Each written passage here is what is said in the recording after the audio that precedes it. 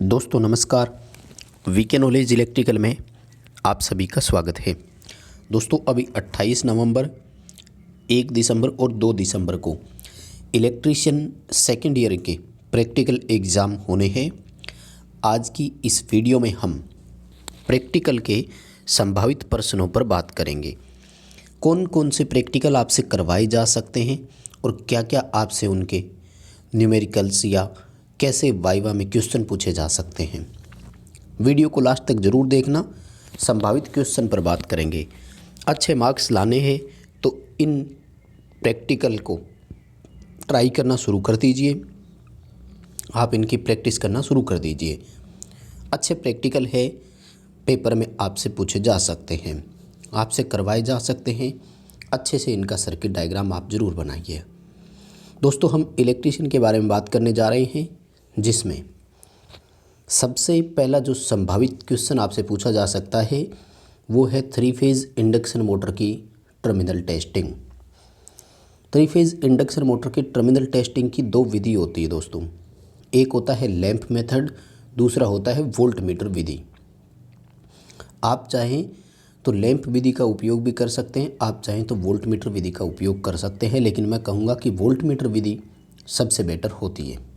हालांकि जिस तरह से हमें ऑप्शंस के मटेरियल देखने को मिलेंगे उसके अकॉर्डिंग आप वोल्ट मीटर विधि का उपयोग करते हुए अच्छे से रिप्लाई कर पा सकते हैं। 3 phase squirrel cage induction motor है 5 HP की, तो उसको आपको कनेक्शन देते हुए टेस्टिंग करनी है। देखिए आपके पास ये टेस्ट लैंप है 60 वाट का। सबसे पहले आपको इस लैंप से कंटिन्यूटी टेस्ट कर लेना है, ठीक है। नेम प्लेट पर आपको ऐसे 6 टर्मिनल दिखाई देंगे और कंटिन्यूटी आप उस टेस्ट लैंप से चेक कर सकते हैं कि इन 2 टर्मिनल के बीच अपना लैंप डिम प्रकाशित होना चाहिए। तो इससे ये श्योर हो जाएगा कि कौन से 2 टर्मिनल एक वाइंडिंग के हैं। पहली बात दोस्तों, इसका मैंने डिटेल से है ना क्लास लगाई हुई है, तो आप इंडक्शन मोटर की प्ले लिस्ट में जाकर देखें तो वहाँ आपको और अच्छे से समझ में आ सकता है। 3 फेज़ इंडक्शन मोटर की प्ले लिस्ट में जाइए और सेम आपको terminal testing of 3 phase induction motor के नाम से वीडियो मिल जाएगा। फिर भी मैं एक बार आपको यहाँ पर हिंट दे देता हूँ। क्या करना होता है, जब आपको तीनों वाइंडिंग के 2-2 टर्मिनल का पता लग जाता है तो 2 वाइंडिंग के किन्हीं 2 टर्मिनल को आपस में शॉर्ट करना है और उनको सप्लाई का एक सिरा देना है। शेष बची हुई वाइंडिंग में से किसी एक को दूसरा सिरा देना है। एक बार वोल्टेज यहाँ मेजरमेंट लेना है, एक बार वाइंडिंग के इन खुले सिरों के बीच में यहाँ पर लेना है और इनका कंपैरिजन देखना है। V1 मोर देन V2 जुड़े हुए टर्मिनल अपने सेम कहलाते हैं। इसी तरह से अगर V1 लेस देन V2 हो तो जुड़े हुए टर्मिनल अपोजिट माने जाते हैं। दोस्तों पूरी डिटेल से आप क्लास में देखिएगा, वहाँ आपको अच्छे से समझ में आएगा, क्योंकि बोर्ड पर बना करके मैंने पढ़ाया है वहाँ पर अच्छे से। लेकिन इसकी प्रैक्टिस आप ज़रूर कीजिएगा। सेकंड जो है वो MG सेट का ही है, build up the voltage in alternator set. Alternator set है, मोटर जनरेटर सेट है, जहां मोटर DC का हो और AC का जनरेटर चले। जो अभी आपके ड्राइंग में आया था ना, सेम वही क्वेश्चन है, उसी से पूछा जा सकता है रिलेटेड, उससे संबंधित सवाल आपसे पूछा जा सकता है कि DC मोटर को आप ड्राइव करो और AC जनरेटर को चलाइएगा, जिसमें जनरेटर से भिन्न भिन्न वोल्टेज हमें बिल्डअप करवाने हैं। देखिए ये जो रियोस्टेट दिखा रखा है इन्होंने, ये रियोस्टेट आप अल्टरनेटर की फील्ड में संयोजित करते हुए, अल्टरनेटर की फील्ड को एडजस्ट करते हुए आउटपुट में इंड्यूस EMF को परिवर्तित कर सकते हो। 4 पॉइंट स्टार्टर का यूज करते हुए हमें DC मोटर संयोजित करनी है। TPIC स्विच जो है वो 3 फेज़ अल्टरनेटर है, तो आउटपुट में आपको दिखाना होगा। फ्रीक्वेंसी मीटर है, ये भी अल्टरनेटर साइड में ही लगेगा। MI type volt meter alternator side होगा, जबकि MC टाइप जो एम्पीयर मीटर है वो DC मोटर साइड में भी लगा सकते हो, या फिर फील्ड में जो फील्ड करंट जा रही है उसके मेजरमेंट के लिए भी हो सकता है। दोस्तों साथ ही आप इन सभी के क्वेश्चन ज़रूर पता करके जाएं। कैसे? इनसे रिलेटेड जितनी भी बड़ी बातें हैं उनको ज़रूर ध्यान में रखें, क्योंकि जब प्रैक्टिकल होता है तो साथ में वाइवा भी लिया जाता है, यानी एग्जामिनर आपसे इन पर आधारित छोटे छोटे प्रश्न भी पूछता है। इनके सर्किट डायग्राम भी बनाने होते हैं और प्रैक्टिकल करके भी दिखाना होता है। तो अच्छे से आप इन प्रश्नों को ज़रूर तैयार कर लीजिएगा।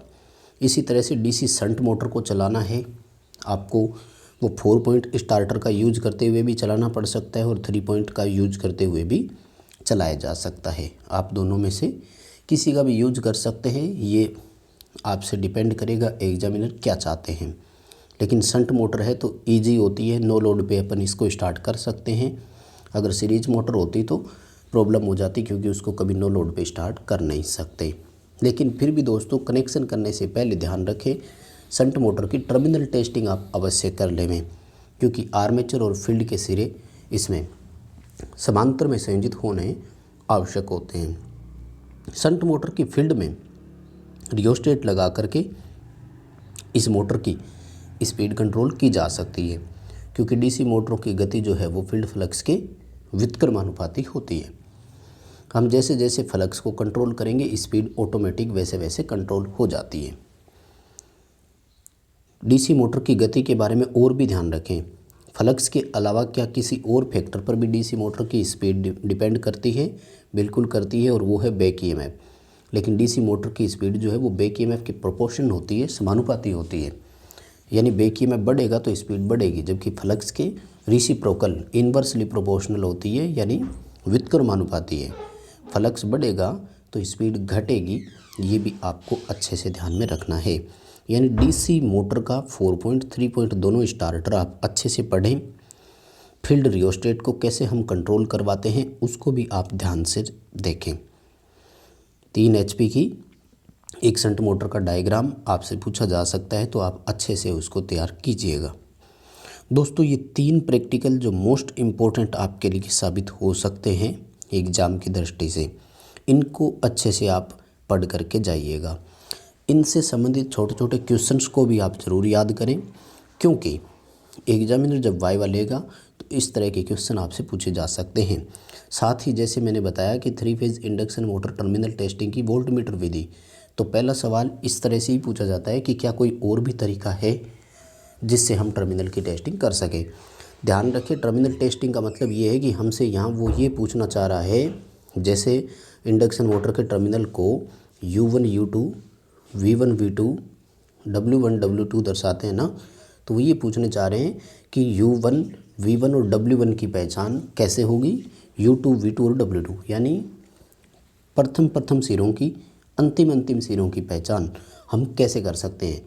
हालांकि इतना भी इसमें श्योर नहीं, लेकिन इतना पता लग जाता है कि सेम टर्मिनल वाइंडिंग के कौन से होते हैं, क्योंकि जब डेल्टा संयोजित करते हैं तो 1 से 2 ही संयोजित होना चाहिए, अदरवाइज मोटर चलती नहीं है, ट्रिप होने लग जाती है। ये भी आपको ध्यान रखें। दूसरा, जब भी आप इस तरह का प्रैक्टिकल करें तो प्रोटेक्शन डिवाइस ज़रूर आप यूज करें, जैसे फ्यूज, MCB और स्टार्टर के थ्रू ही मोटर को आप चलाएं। तो बस दोस्तों ये 3 प्रैक्टिकल इलेक्ट्रीशियन की दृष्टि से इम्पोर्टेंट हो सकते हैं, संभावित है, इसलिए आप अच्छे से इनको पढ़ें। और भी जितने मोस्ट प्रैक्टिकल है, जैसे मैं आपको बताऊं, DOL स्टार्टर का पूछा जा सकता है, सबसे सिंपल होता है। Fully automatic star delta starter का भी आपसे पूछा जा सकता है। उसके अलावा वायरिंग भी करवाई जा सकती है, जिनमें स्टेयर केस वायरिंग यानी सीढ़ियों की वायरिंग जो होती है वो सबसे ईजी है। साथ ही गोडाउन वायरिंग जो कि ड्राइंग के पेपर में पूछी गई थी, वो भी बड़ी इम्पोर्टेंट है और सरल सर्किट होते हैं। इन सब के अलावा फ्लोरेसेंट लैंप का आपसे सर्किट तैयार करवाया जा सकता है, क्योंकि ये भी पॉसिबल होता है और इजी होता है। ITI में इजीली ये अवेलेबल हो जाता है, तो इसके बारे में भी आपसे पूछा जा सकता है। दूसरा, आपसे सिंगल फेज सर्किट AC का कोई बोर्ड ज़रूर तैयार करवाया जा सकता है। तो इन 7 से 8 प्रैक्टिकल को आप अच्छे से करके जाएं।